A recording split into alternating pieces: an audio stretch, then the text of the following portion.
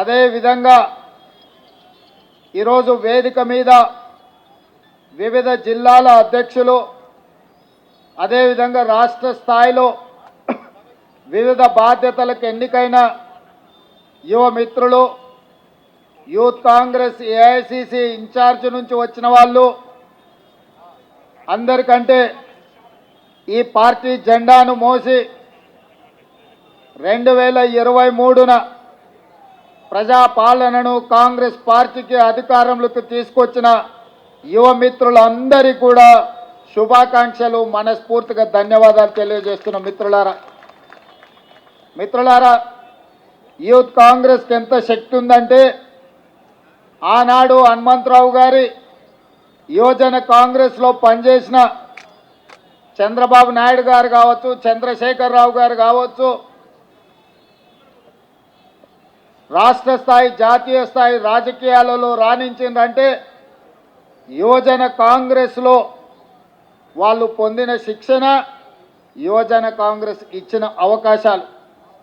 ఈనాడు రాష్ట్రంలో సీనియర్ నాయకులు షబ్బీర్ అలీ గారు కావచ్చు, లేకపోతే ఈనాడు పిసిసి అధ్యక్షుడిగా ఉన్న మహేష్ కుమార్ గౌడ్ గారు కావచ్చు, లేదా మంత్రివర్గంలో ఉన్న మిత్రులు పొన్నం ప్రభాకర్ గారు కావచ్చు, ఈరోజు ఉప ముఖ్యమంత్రి బట్టి విక్రమార్క గారు కావచ్చు, అదేవిధంగా లోక్సభలో ఎన్నికైన చామల్ కిరణ్ రెడ్డి నుంచి మొదలు పెడితే చాలామంది యువజన కాంగ్రెస్లో కార్యకర్తలుగా తమ ప్రయాణాన్ని మొదలుపెట్టి ఈరోజు రాష్ట్ర స్థాయి జాతీయ స్థాయిలో వివిధ హోదాలలో రాణించారు.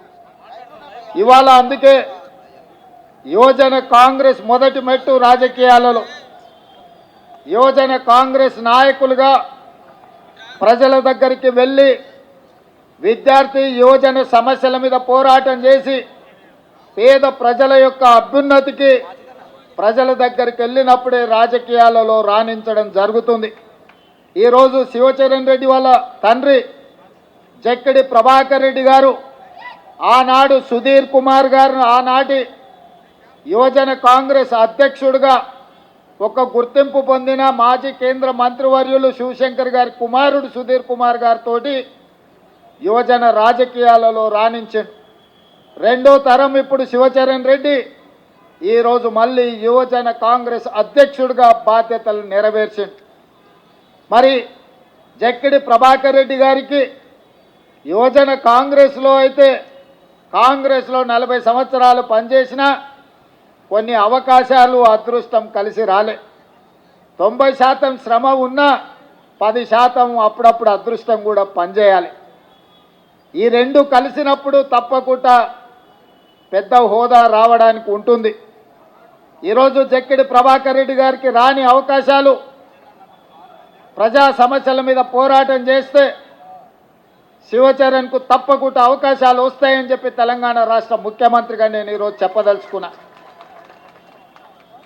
ఈరోజు ఎన్ఎస్యుఐ రాష్ట్ర శాఖ అధ్యక్షుడిగా పనిచేసిన బల్మూరు వెంకట్ని ఎమ్మెల్సీగా ఏఐసిసి రాహుల్ గాంధీ గారు ఎన్ఎస్యుఐలో ఉన్నప్పుడు విద్యార్థి ఉద్యమాలలో ప్రజా సమస్యల మీద ఆనాటి ప్రభుత్వం మీద పోరాటాలు చేసి ఎన్నో కేసులు కట్టుకొని ఎన్నోసార్లు జైలుకి వెళ్ళాడు. ఆనాడు ఎన్ఎస్యుఐ బల్మూరు వెంకట్ టీం జైల్లో ఉంటే చెంచల్ కూడా జైలుకి వెళ్ళి ఆ విద్యార్థి నాయకులను మన నాయకుడు రాహుల్ గాంధీ గారు పరామర్శించి మీకు అండగా పార్టీ నిలబడుతుంది, మీరు కొట్లాడండి, తప్పకుండా తెలంగాణ రాష్ట్రంలో ప్రభుత్వం ఏర్పాటు చేస్తాం, ఆ ప్రభుత్వంలో మీకు భాగస్వామ్యం ఉంటుంది అని మన నాయకుడు రాహుల్ గాంధీ గారు చెప్పారు. అదేవిధంగా యువజన కాంగ్రెస్ అధ్యక్షుడిగా వివిధ జిల్లాలలో ప్రజా సమస్యల మీద పోరాటం చేసిన అనిల్ కుమార్ యాదవ్ ఈరోజు రాజ్యసభ సభ్యుడైండు. అనిల్ కుమార్ యాదవ్ కూడా కలలో ఊహించలేదు ఇంత యంగ్ ఏజ్లో ఈరోజు రాజ్యసభ వచ్చి ఎక్కడైతే శ్రీమతి సోనియా గాంధీ గారు ఏఐసిసి అధ్యక్షుడు మల్లికార్జున్ ఖర్గే గారు చట్టసభలలో ఉన్నాడో ఈరోజు యూత్ కాంగ్రెస్ నాయకుడుగా అనిల్ కుమార్ యాదవ్ కూడా ఈరోజు రాజ్యసభ అవకాశం వచ్చింది అనంటే యువజన కాంగ్రెస్ రాజకీయాలలో ప్రజా సమస్యల మీద పోరాటం చేయడం వల్లనే.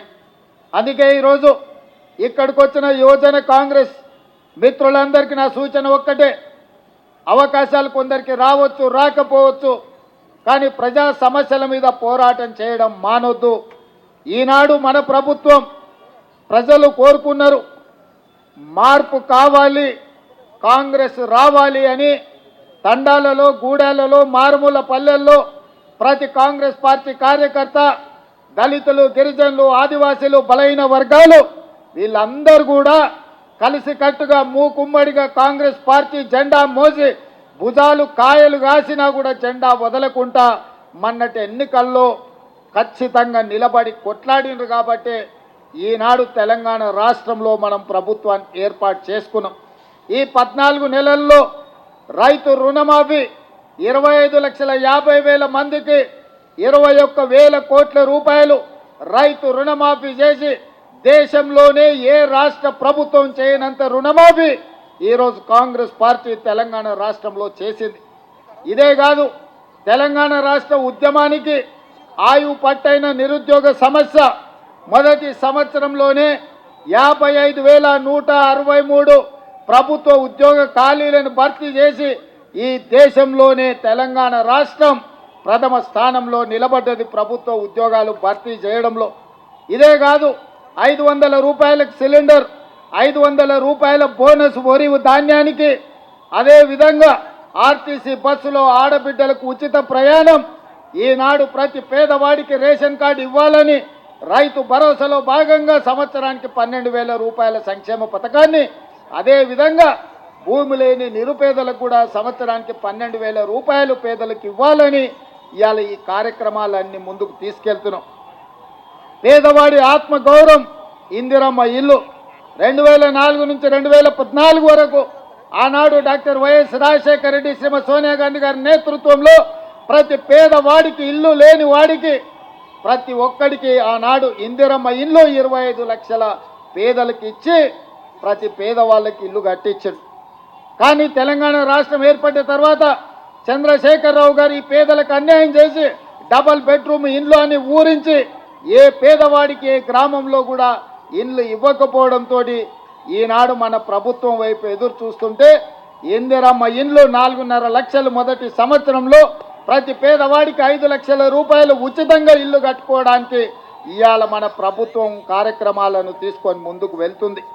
ఇదే కాదు, ఈరోజు పేదవాళ్ళని ఆదుకోవడానికి మన ప్రభుత్వం అమలు చేస్తున్న సంక్షేమ పథకాలని ప్రజల దగ్గరికి తీసుకెళ్లవలసిన బాధ్యత యూత్ కాంగ్రెస్ మీదనే ఉన్నది. ఇవాళ ప్రభుత్వం ఒక పక్కన పరిపాలన చేస్తూ ప్రజా సంక్షేమ పథకాలను అమలు చేస్తూ ప్రతిపక్షాలను తిప్పు కొడుతూ ముందుకు వెళ్తుంటే పరిపాలనలోనే మా సమయం ఎక్కువ కాలం గడిచిపోతుంది. ఈరోజు ప్రభుత్వం అమలు చేస్తున్న సంక్షేమ పథకాలను ప్రజలకు వివరించవలసిన బాధ్యత ఈ వేదిక మీద ఉన్న యువజన మిత్రుల మీదనే ఉన్నది. నాకు సంపూర్ణమైన విశ్వాసం ఉన్నది. ఈరోజు ప్రభుత్వం అమలు చేస్తున్న రైతు రుణమాఫీ కావచ్చు, ఇందిరమ్మ ఇండ్లు కావచ్చు, ఇందిరమ్మ ఆత్మీయ భరోసా కావచ్చు, ఆడబిడ్డలకు ఉచిత బస్సు ప్రయాణం కావచ్చు, రాజీవ్ ఆరోగ్యశ్రీలో 10 లక్షల రూపాయలు ఉచితంగా పేదవాళ్ళకు అందించే సంక్షేమ కార్యక్రమం కావచ్చు, ఇవాళ ప్రతి సంక్షేమ కార్యక్రమాన్ని పేదల వద్దకు తీసుకెళ్లవలసిన బాధ్యత యువజన కాంగ్రెస్ మిత్రుల మీదనే ఉన్నది. ఈరోజు ఇక్కడికి వచ్చిన వేలాది మంది రేపు భవిష్యత్తులో తండాలలో, గూడాలలో వెళ్ళాలి. రేపటి జరగబోయే స్థానిక సంస్థల ఎన్నికల్లో కష్టపడ్డ ప్రతి యువజన కాంగ్రెస్ మిత్రుడికి టికెట్లు ఇప్పించే విధంగా కాంగ్రెస్ పార్టీ అధ్యక్షుడితో నేను మాట్లాడతాను. ఆనాడు నేను అధ్యక్షుడిగా ఉన్నప్పుడు చెప్పిన ఫ్రంటల్ ఆర్గనైజేషన్స్ కానీ అనుబంధ విభాగాల అధ్యక్షులు తీసుకోమంటే చాలామంది అదేదో చిన్న చూపు చూసినట్టు మాకెందుకు ఈ పదవి అన్నట్టు కొంతమంది పక్కన పెట్టింది. నేను చెప్పిన ఈరోజు అనుబంధ విభాగాలు ఫ్రంటల్ ఆర్గనైజేషన్లు బాధ్యత తీసుకున్న వాళ్ళకి ప్రభుత్వంలో ప్రథమ స్థానం ఉంటుంది అని. అందుకే ప్రభుత్వం వచ్చిన వెంబడే ప్రతి అనుబంధ విభాగానికి వేదిక మీద ప్రీతంతో సహా చాలా మంది ఉన్నారు. 37 మంది అనుబంధ విభాగాల అధ్యక్షులకు కార్పొరేషన్ చైర్మన్లు ఇచ్చి, కేబినెట్ హోదా ఇచ్చి, పార్టీ కోసం పనిచేస్తే పార్టీ జెండా మోస్తే ప్రభుత్వంలో గుర్తింపు ఉంటుందని 37 కార్పొరేషన్ చైర్మన్ల పదవులు అనుబంధ విభాగాలకు ఇవ్వడం జరిగింది. అనుబంధ విభాగాలంటే ఒక చిన్న చూపని గతంలో అనుకున్నారు. ఇవాళ అనుబంధ విభాగం అది ఎస్సీ డిపార్ట్మెంట్ కావచ్చు, ఎస్టీ డిపార్ట్మెంట్ కావచ్చు, మహిళా డిపార్ట్మెంట్ కావచ్చు, లేకపోతే చిన్న చిన్న డిపార్ట్మెంట్స్ ఏది ఉన్నా సరే ఏదో ఒక డిపార్ట్మెంట్కు నాకు పదవి ఇవ్వమని పెద్ద పెద్ద నాయకులు ఈరోజు వస్తున్నారు. అంతకుముందు అడిగితే కూడా తీసుకోలేదు కదా, ఇప్పుడెందుకు వచ్చిందా అంటే ప్రభుత్వం తీసుకున్న నిర్ణయం తర్వాత మాకు విషయం తెలిసింది. అనుబంధ విభాగాలకు అధ్యక్షులుగా ఉంటే కార్పొరేషన్ చైర్మన్లు అవ్వడానికి అవకాశం ఉంటుంది, ఎన్నికల్లో టిక్కెట్లు రావడానికి అవకాశం ఉంటుందని ఇప్పుడు అర్థమైంది. అందుకే మేము బాధ్యత తీసుకుంటామని ముందుకు వస్తున్నారు. అందుకే ఈరోజు జిల్లా అధ్యక్షులు కావచ్చు, నియోజకవర్గ స్థాయి అధ్యక్షులు కావచ్చు, పార్లమెంట్ స్థాయి యూత్ కాంగ్రెస్ అధ్యక్షులు కావచ్చు, రాష్ట్ర స్థాయిలో వివిధ హోదాలలో ఉన్న యువమిత్రులకు నా సూచన ఒక్కటే, కష్టపడితే తప్పకుండా ఫలితం ఉంటుంది. కష్టపడ్డోని కాపాడుకునే బాధ్యత కాంగ్రెస్ పార్టీ తీసుకుంటుంది. అధ్యక్షుడు మహేష్ కుమార్ గౌడ్ గారు తీసుకుంటారు, ముఖ్యమంత్రిగా నేను తీసుకుంటా. కష్టపడకుండా నాయకుల చుట్టూతో తిరుగుతాం, నాయకులకు ఫ్లెక్సీలు కడతాం, కనపడినప్పుడు దండం పెడతాం, దండలేస్తామని ఎవరన్నా అనుకుంటే పదవులు మర్చిపోండి. మీరు దండం పెడితే నేను 2 సార్లు దండం పెడతా, కానీ పదవి మాత్రం ఇయ్యా. ఎవరైతే సమస్యల మీద పార్టీ పక్షాన వీధి పోరాటాలు చేస్తారో, ప్రజా సమస్యల మీద ప్రజల దగ్గరికి వెళ్ళి అండగా నిలబడతారో వాళ్ళకే ఈ ప్రభుత్వంలో గుర్తింపు ఉంటుంది. నాయకుడు నాకు తెలుసు కాబట్టి నాకు పదవి వస్తుంది, లేదంటే ఢిల్లీలో నాకు ఎవరో ఉన్నారు, ఢిల్లీ కోటాలో ఇక్కడ ఏదో వస్తుంది అని ఎవరన్నా అనుకుంటే అది భ్రమనే అని చెప్పి నేను ఈ సందర్భంగా స్పష్టంగా నేను చెప్పదలుచుకున్నాను. ఢిల్లీ నుంచి కాదు, గల్లీ నుంచి రావాలి పైకి. ఢిల్లీ నుంచి పైనుంచి కిందకు వస్తే పదవులు వచ్చే కాలం పోయింది. గల్లీలో పేదల మధ్య ఉండి పేదల సమస్యల మీద కొట్లాడిన వాళ్ళకి తప్పకుండా అవకాశం ఉంటుంది. ఖానాపూర్లో మనం ఒకరికి ఎమ్మెల్యే టికెట్ ఇచ్చిన వెడమ బొజ్జు అని, ఇందిరమ్మ ఇంట్లో ఉండే ఒక యువకుడికి ఈరోజు ఎమ్మెల్యే టికెట్ ఇస్తే ప్రజలు గెలిపించారు. పైసలు చూసి గెలిపియలే, ప్రజా బలాన్ని చూసి ఎమ్మెల్యే గెలిపించారు. తుంగతుర్తిలో మందుల శామెల్ కావచ్చు, లేకపోతే షాద్నగర్లో ఈర్లపల్లి శంకర్ కావచ్చు, ఇట్లా చాలామంది ఇప్పుడున్న ఎమ్మెల్యేలు ఈ ఎన్నికల్లో కేవలం డబ్బులతోనే ఎన్నికల్లో గెలిచినామని ఎవరన్నా చెప్పినా, ఎవరన్నా అనుకున్నా తప్పే. డబ్బులతోనే గెలిచేటట్టు ఉంటే చంద్రశేఖరరావు 100 సీట్లు గెలిచేటోడు. లారీలో కొద్ది పైసలు ఉన్నాయి, ఆయన దగ్గరనే కాదు, ఆయన కొడుకు దగ్గర, ఆయన బిడ్డ దగ్గర, ఆయన అల్లుని దగ్గర, ఆయన సడ్డకుని దగ్గర, అల్మారీలలో బీరువాలలో కాదు లారీల నిండా రూపాయలు ఉన్నాయి. మరి వాళ్ళు సీట్లు ఎందుకు గెలవలేదు? కామారెడ్డిలో చంద్రశేఖరరావుని బడకేసి కొట్టిరు ప్రజలు. కాబట్టి ఇవాళ సొమ్ములతో ఎన్నికల్లో గెలుస్తామనే విధానాన్ని మర్చిపోండి. ప్రజలలో శ్రమ ఉంటే, ప్రజలతో ఉంటే ఎన్నికల్లో గెలిచే అవకాశం ఉంటుంది.